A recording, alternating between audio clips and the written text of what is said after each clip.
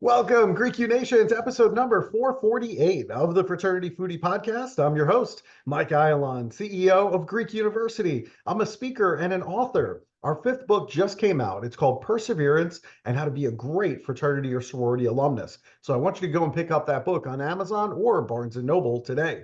We call these episodes the Fraternity Foodie Podcast because there is nothing like great food to bring college students together. Fun fact, my last name is Ayalon, which most people in this country are absolutely not familiar with at all. It's actually the name of the main highway in Israel. So if you've ever been to Israel, you've probably come across that name. And yes, I am Israeli. And the people who are familiar with Israel, they often think that I might be related to a guy by the name of Danny Ayalon, which I am not related to at all, just for the record, but my father is Danny Ayalon, a different Danny Ayalon, and our next guest actually met the Danny Ayalon in Israel. So that's a fun little tidbit there, and I'm sure she can tell us all about Danny and her conversations with him. Now, let's talk to our next guest. Miss Charlynne Boddie is an ordained minister with a prophetic edge. Seasoned media professional and a Hollywood producer, an author, an international life coach, a speaker for people of all ages. And she has served as corporate police and military chaplain in the United States and also Europe. She is a former lead press officer for the White House, an ambassador for Israel, and recent Pentagon instructor who has worked for both the Clinton and the Bush administrations for several of America's largest national disasters. I can't wait to jump into this. Welcome to the show, Charlynne.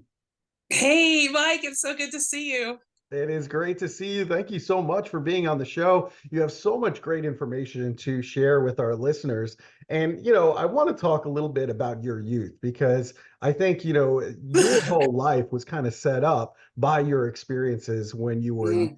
And, you were raised by a single Christian mother. You're obviously no stranger to adversity from a very young age. You've had all kinds of adversity in your life and you've overcome all of it. Now, talk to us about the home that you grew up in after your parents were divorced, because I think this is really interesting. Well, my mom worked a lot of different jobs, Mike, and she knew that she says that she believes God told her that we were going to go to Hollywood. And she felt that having us in private schools where God's point of view was shared with us would be good for us, so that when we got to Hollywood, and she was sure we were going, that we would not be tainted by the fame and the lights and the glitz, that we would stay authentic as girls, as sisters, and that we would work together in the industry. And that actually happened. We did get our Hollywood training. That's amazing. Unbelievable. And, you also decided on Oral Roberts University in Tulsa, Oklahoma for your undergraduate experience. There's some couple of famous people that I know of that are graduates of that institution. What made you decide on Oral Roberts? Well, at the time, Mike, when I was a little girl, I kept saying that, again, being raised in a Christian home, that I knew I had this calling to go to Hollywood and have my own show one day. And I kept thinking to myself, what Christian school has the money for the equipment and actually has a television film program? And at the time, in the 60s and 70s, Oral Roberts University was on the cutting edge of what they had in their program. They didn't just have one studio, Mike, they had two studios. And the students were directing and producing. And I was a huge part of that on campus and really did my first Hollywood project at ORU. And the actual founder of the school, Oral Roberts himself, gave me his studio for 3 days to write, produce, and get my first television show, all done and produced and ready to go. And we sold that to the Baptist Television Network. And, I was 19 when all that happened. Wow, what an incredible experience. I mean, you've got to be so grateful that they had all of that equipment for you to get, up and going, because not everybody has access to something like that. They might have the dream, but if you don't have the resources to make it happen, then you're kind of stuck. Mm-hmm. That's exactly right, Mike. And they had it and they let us students use it and go out and shoot and do all these things. So I was able to graduate with honors in television and film And I think I was the first grad that actually did a senior project outside of the state. So my pastor's wife had a huge television audience, and she let me write and produce and create a segment for her international show. And ORU let me do it out of the state. And then I had to defend it back at school to walk with honors with my class. Wow, what a testimonial for ORU. That's incredible. You also Yeah. worked as a press secretary in the White House for Bill Clinton's administration, and I know later you were working with President Bush as well. What is all of that experience like working in the White House? Well, it's pretty exciting. The White House I worked in, Mike, of course, with Clinton, was the youngest White House staff ever in U.S. history. We were all college grads in our 20s, and it was so much fun. I remember getting a White House buddy because I was the new girl on the block, and he was amazing. And we're like the same age, and we're working in the press office every day. It was so exciting, Mike. Nothing but excitement. Everyone was so kind to me. I ended up with a 3-year assignment. I was off the field, in the field, but also in the White House doing various things, different conferences. And my special niche at the White House was for the Office of Environmental Quality for the president. Wow, That's my incredible. background, is environment and disasters and things like that. Yeah. What an incredible experience. What a thing to do as a young person to kind of set up the rest of your life. Just absolutely incredible. And, if this just keeps going, I mean, you met Oprah Winfrey. Talk to our Yeah. audience about what that meeting was like. Well, at the time that Oprah was hosting her show at Harpo in Chicago, it was a 2-year wait, Mike, just to get tickets on the show. And I had a male assistant at the time. I was thinking about leaving the federal government and creating my own production company here in Colorado, and then going on to create that show in Hollywood. All of that happened, but along the way, there were some aha moments with A-listers like herself. And we ended up snagging within 3 weeks, 3 tickets for my sister, my assistant Jeff, and I to go. And we ended up going on her birthday. I want to say it was her 41st birthday. And, it was just one of those wild moments where you end up spending the better part of the day with her. And, we brought her some of my gourmet cookies that started my college catering company. Now, this is the foodie broadcast. It's the Fraternity Foodie Broadcast. So, Yeah. got to let you guys know, I started a catering company in college that funded my first trip to Europe. And I brought Oprah that signature cookie for her birthday. I thought, God, what do you give a billionaire? And I heard God say, what she doesn't have. And I said, okay. And God said, take her your cookies. Oprah likes food. Take her your signature cookie recipe. And she just couldn't believe it. She could not believe what we were doing. She asked for a card from my sister and me. We gave her our card for our new company that hardly anybody knew about. And it was called Colorblind Productions. And she loved that vision. She said, just looking at the card, the logo, it says what you girls are about. It's not going to be a black thing. It's going to be a thing of excellence. And you're colorblind and you mean it, right? And we said, yeah, Oprah, we do. And she wept, with us. She was very emotional with us that day. I think, I'm not sure if she was remembering what her own dreams were like at that time, but she certainly gave us a shot in the arm and encouraged us on our journey. And we had no idea that within just a few weeks of meeting her, I would get that golden call that I say to all of my clients when I'm coaching them. And for all your listeners, I believe you're only one conversation away from greatness. And as soon as we came back from Oprah, I got one call from Hollywood on a Tuesday. And by Friday, I was sitting in the Beverly Hills Four Seasons getting ready to interview Oscar winner Kevin Kline. And I just thought, how did this happen? It was so fast. That's an incredible. Once we saw Oprah, the doors just started opening.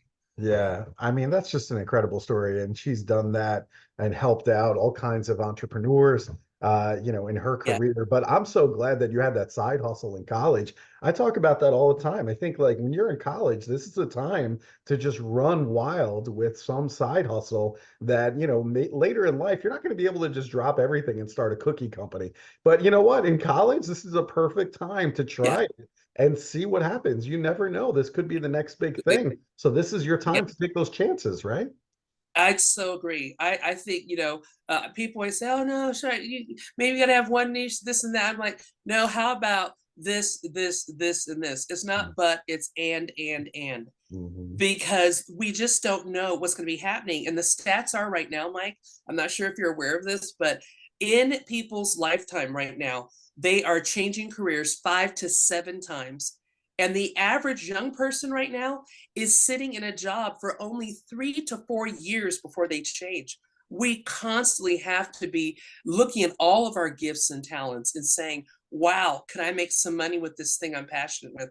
I come from a line of professional chefs. So everything is about what happens in the kitchen. So it was just normal for me to think, how am I going to go act on the streets of London? And how am I going to pay for that for a whole summer? And that one cookie recipe got me $10,000 in 8 weeks, Mike. One cookie recipe. That's amazing. What an incredible story. I love it. I think that's definitely a lesson for our college student listeners. And the other thing is, I mean, you met, somebody who is just absolutely a phenom, in the entertainment industry. You actually met Beyonce of all Oh, people. What happened there? well, she was just starting out, wanting to pursue acting. Mhm. And she did a film called Fighting Temptations with Cuba Gooding Jr. And that was like her first feature film. And because my television show, Real Sisters, REEL, but that I did with my real sister, Shania, who's a screenwriter, award-winning screenwriter today and director, she's like, oh, wow, I want to do the show. So when you're in the junket system, Mike, only 500 media personnel are allowed in the world in the Hollywood press junket system, only 500. And we made the cut with our, homegrown idea for a film review show that ended up having 312 million viewers. And so because Universal Pictures gave us our break, we were in the junket system, and Fighting Temptations was her first film. So this is before she married Jay-Z.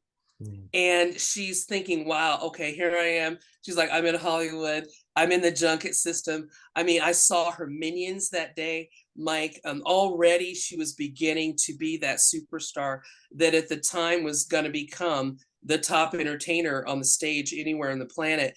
And I remember the thing that was so interesting to me is that, when you're doing the junket system, you're getting your face put on right in front of the stars a lot of times. So your makeup person is doing your makeup, and then her makeup people were doing her makeup, and they were refreshing her makeup to do the interview with me. And she had a person that did one half of her head, and she had another person, Mike, that did the other half. Wow. She had all these minions, and I could see that she was in what my sister and I called the machine.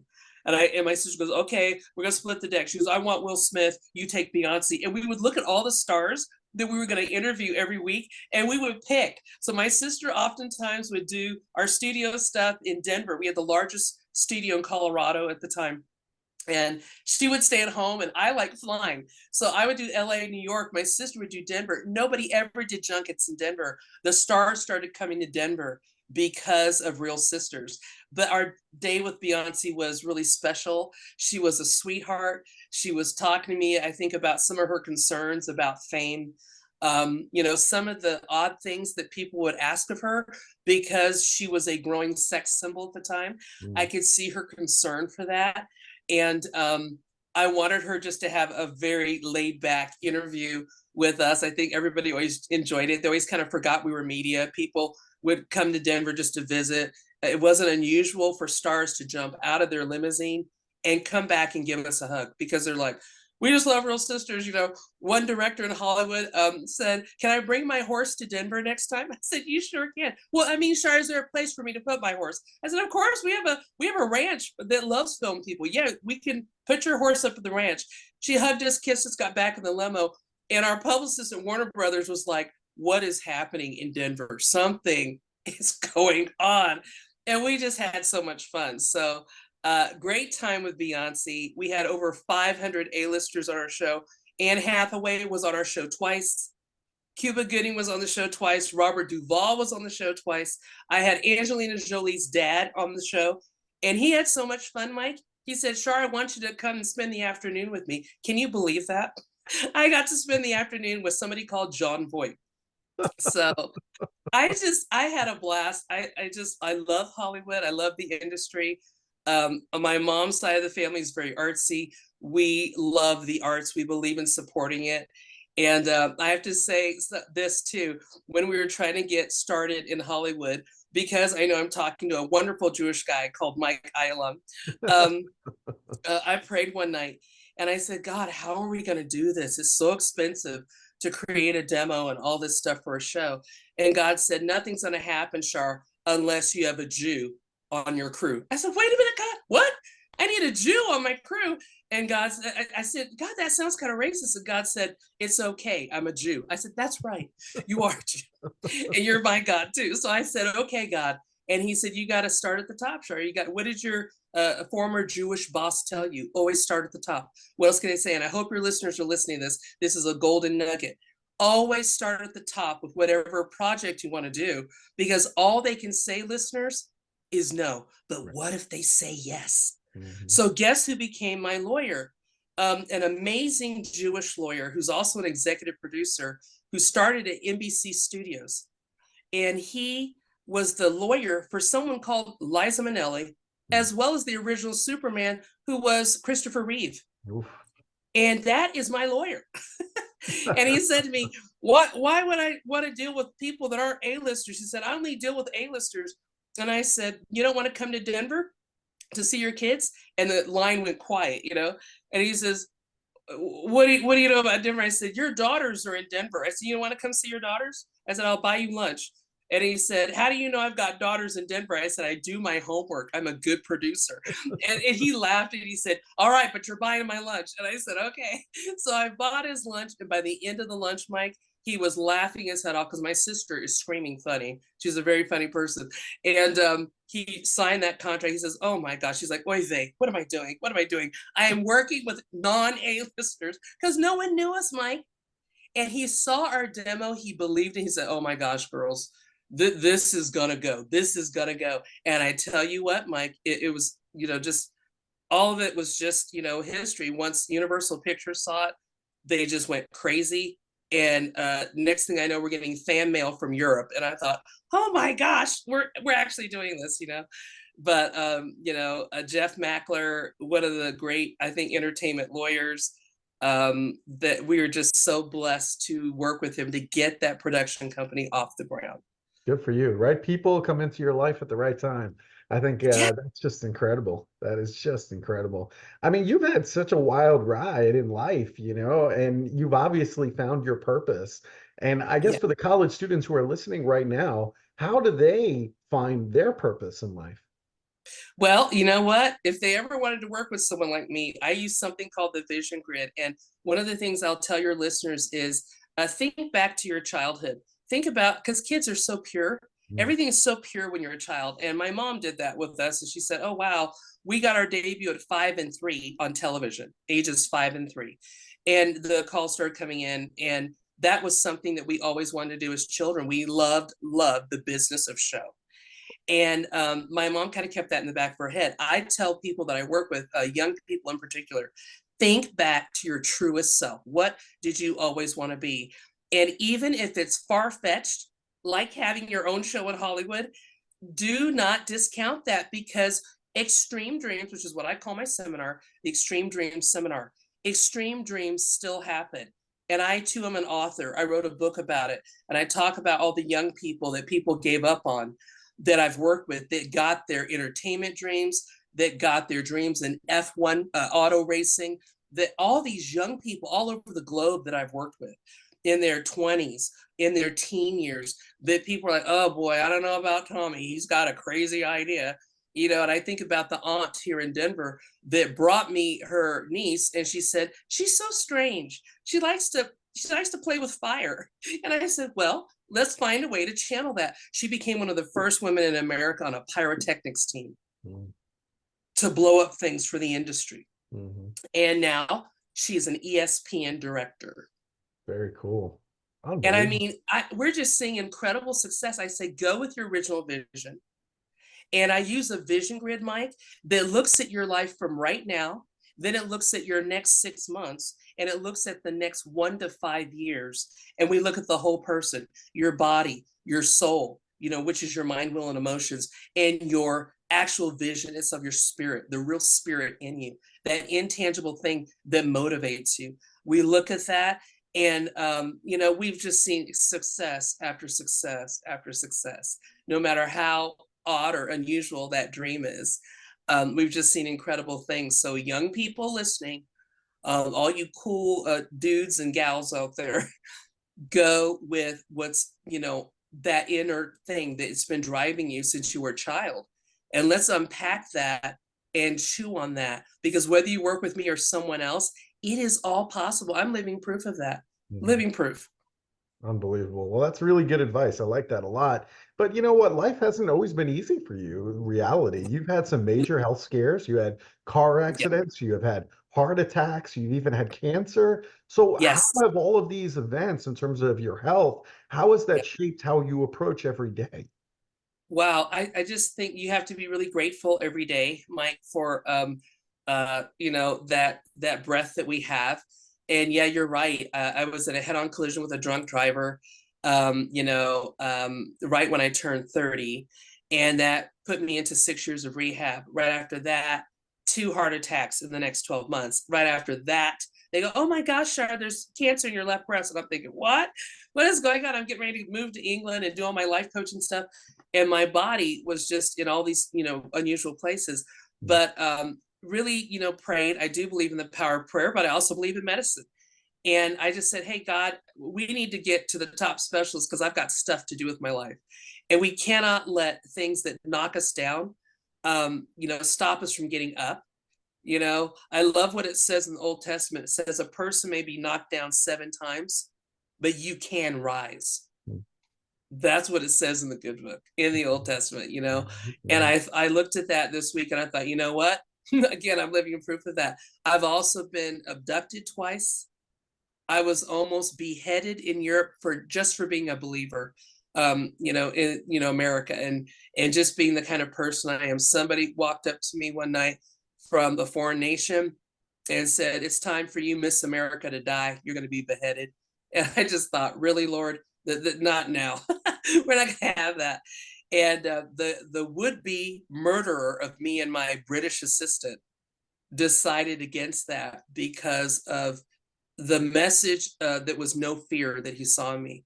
He was like, "Wow, aren't you afraid? I've got like this blade ready to chop off your head. I don't like Americans." I said, "Well, that's fair enough. You can not like Americans, but I still want to keep my head." And that person became such a dear friend. He's like, "There's something different about you." I said, "How about that message of love?" I believe that we have a great capacity to love. And even when someone's looking at you with great hatred for your nationality, Mm. we can turn that around. And my would-be killer became a dear brother.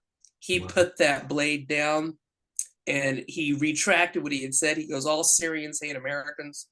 And he retracted that. And he said, "I think I'll have some of what you believe in." I said, "That's okay, but I need you to put the blade down." And I got to keep my head. So you're right, Mike. I've been through hell and back. Mm-hmm. But you know what? I know that God has purpose for each one of us. My faith is a huge part of my life. And I just cannot thank God enough for saving me. I think 11 times now. I Oh my, think at least 11 times I can think of right now. unbelievable. Wow, what a Mm. story.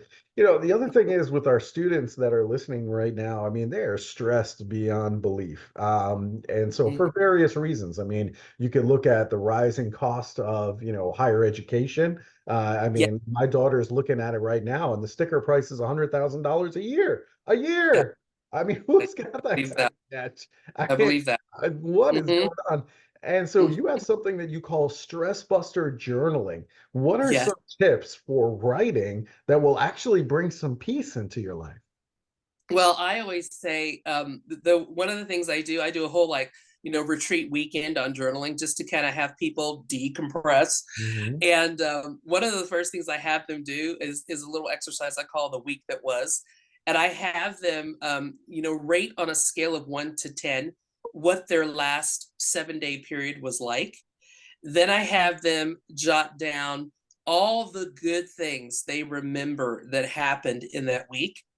Then I have them write down what they're most thankful for in that week. And then at the very end of that little short exercise, I have them write kind of a mantra, if you will, to themselves for the end of that week. What would you say to yourself, your best self, at the end of that? And then we just, we have them go even deeper still on, thinking about some of the things they'd like to do, some of the things they're proud of that they've done. All these different writing exercises make you take account of, really in general, Mike, your blessings, and it's good self-talk to yourself. You're saying, oh, wow, yeah, I did a great job on that. Or, oh, I like the way that project came out. Or, oh, wow, that grade is really great. I studied hard for that. I deserve that.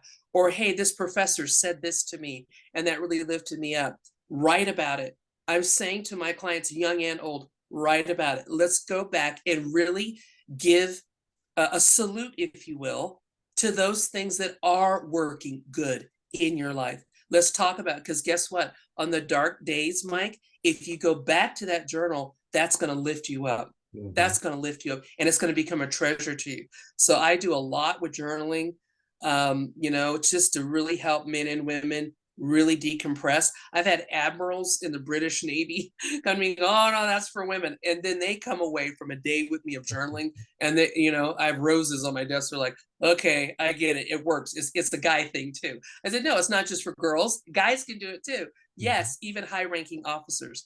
So journaling and just taking a time to salute yourself on the things you recognize that are good, that you are doing right.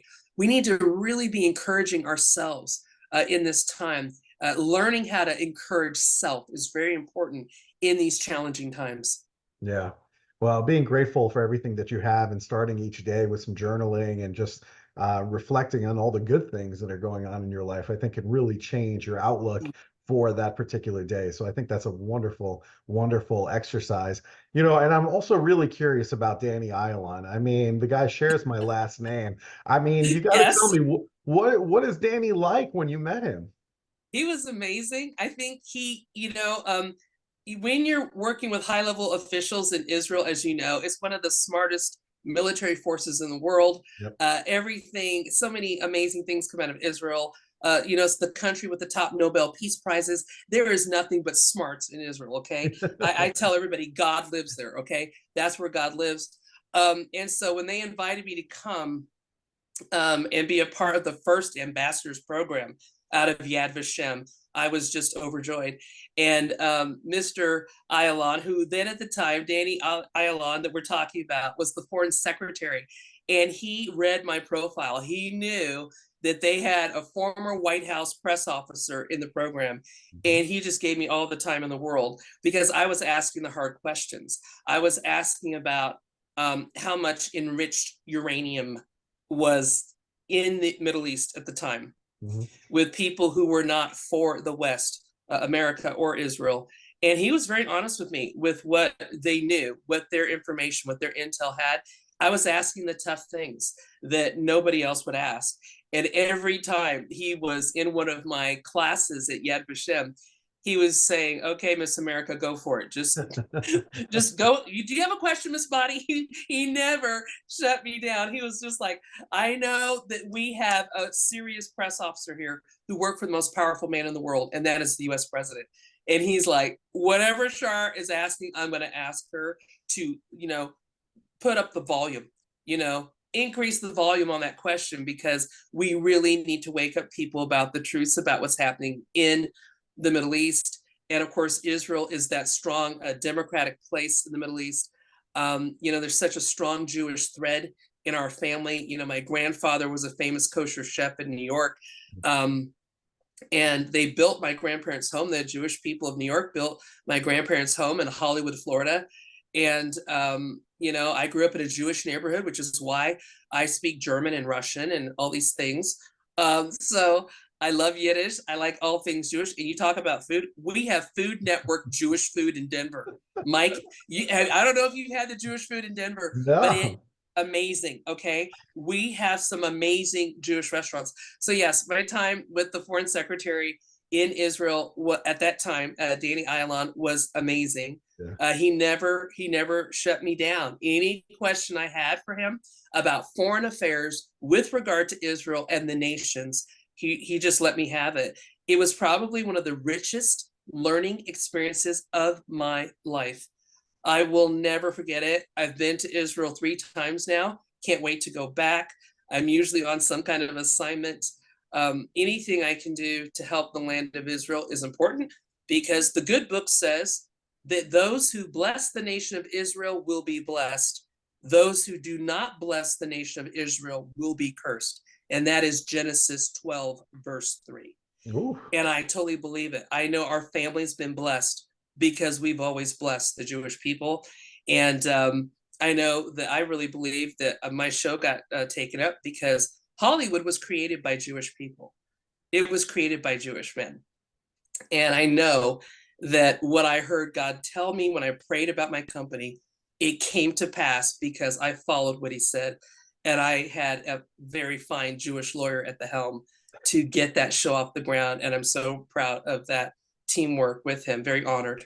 Man, what a career that you've had. What an experience you've had. Absolutely unbelievable. And you know that I like good food. I mean, if I'm going to name the podcast the Fraternity Foodie Podcast, Come you on. know I like to eat. I mean, that's my weakness is let's eat.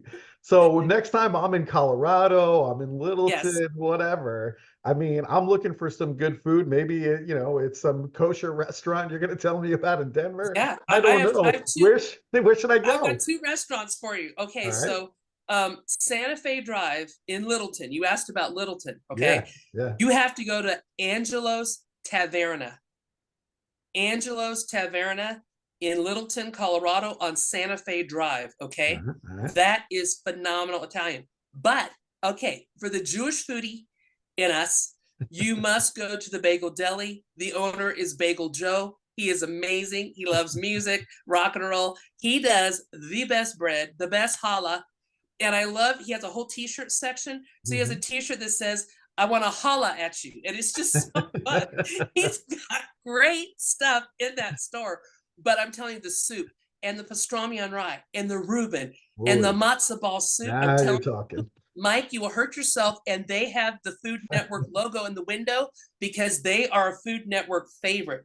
So when you're in Denver, and that's on Hamden Boulevard, okay, you have to go to the Bagel Deli at Hamden and Monaco, and you must go to Angelo's in Littleton, Angelo's Taverna on South Santa Fe Drive. And you must have a reservation for Angelo's. Okay, you got to have a reservation because it packs out. The food is stellar, stellar. Those are some good recommendations there. I mean, the Bagel Deli. I mean, are you kidding me? You actually know what's up. You know what's good I'm food telling right you. there. But yeah, the owner, he said to me not long ago, he goes, Shar, he goes, how long have you been coming here? Because they're over 50 years old now. Right. Okay. And I said, Joe, I've been coming here since I was 11. Oh, that just can't be right. And I go, since I was 11, I've been eating hamantash in there, challah, bagels. I'm telling you, if you get there at 5 o'clock, Mike, all the bagels are gone. I'm telling you, all that's gone because you're going into Shabbat. Right. And all that bread is gone. Every Jewish guy is being told by his mom, his grandmother, get that challah on the way home, man. It's gone. So you gotta get your stuff on a Friday. You gotta get it before Shabbat starts. Come on now.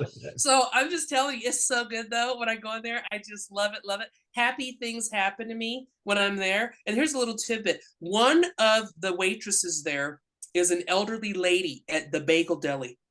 And she told me that she was kissed by Elvis Presley during his only stopover in the United Kingdom when he was in the military. Oh my goodness. I'm going to have to go find her. I'm going to interview her. I know, totally. She's amazing. She's adorable. I was like, what? And I said, who are you with? She goes, my older sister. I said, what did you guys do after that? She goes, we didn't wash our faces for weeks. I said,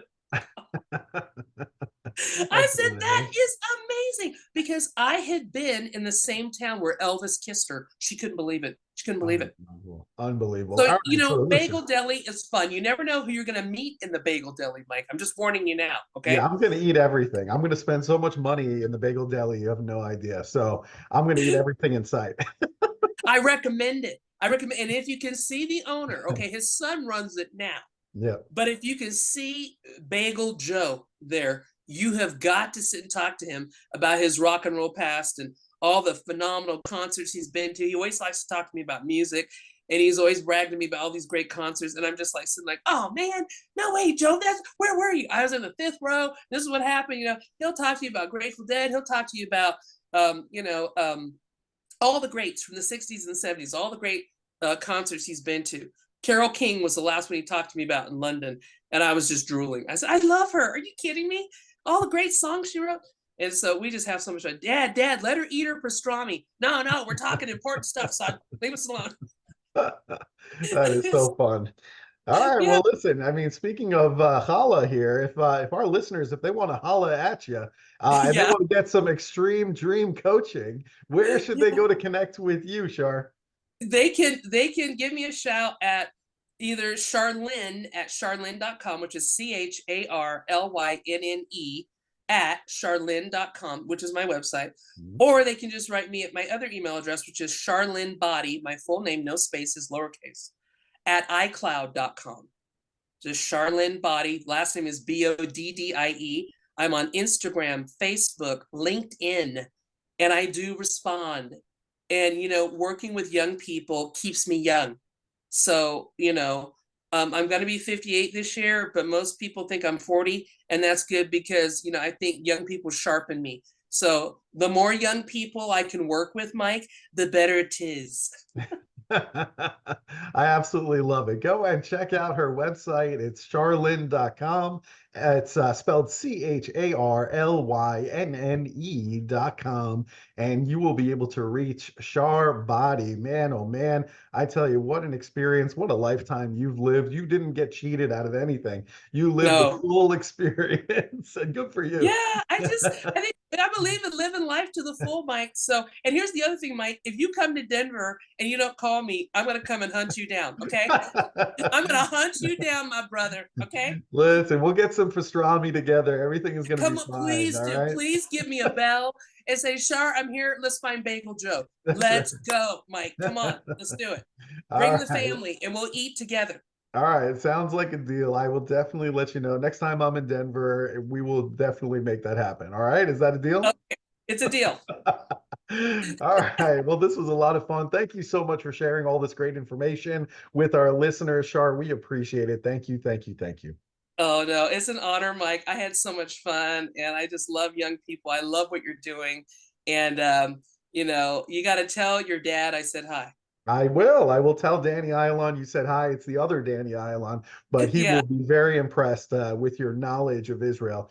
He will be very, very impressed. So I appreciate that. Thank you. And to our listeners, if you enjoyed this conversation with Shar Boddie, I want you to like it. I want you to share it with other college students, other young people that need to hear her message. So that way they can also sign up for some extreme dream coaching. And And one more thing. One more yeah, thing. Hey, yeah. kids, I've got books on Amazon. My travel book is No Appointments Necessary. It's got my abduction stories in it. It's so much fun. It's a thrill ride. The coaching book is called True Grid because of the vision grid I talked to you all about. So that's on Amazon, Audible. MTV produced it for Audible, and you're going to love it. And it's also on Kindle. So fun treats for you all. Check out those books on Amazon. Much appreciated. They need all of that vision and planning and finding their purpose in life. I know those workbooks are going to be incredibly helpful. So thank you for sharing all of that. To our listeners, we hope you had a good time, and we hope to see you on another episode of the Fraternity Foodie Podcast. Thanks for joining us. We'll see you next time.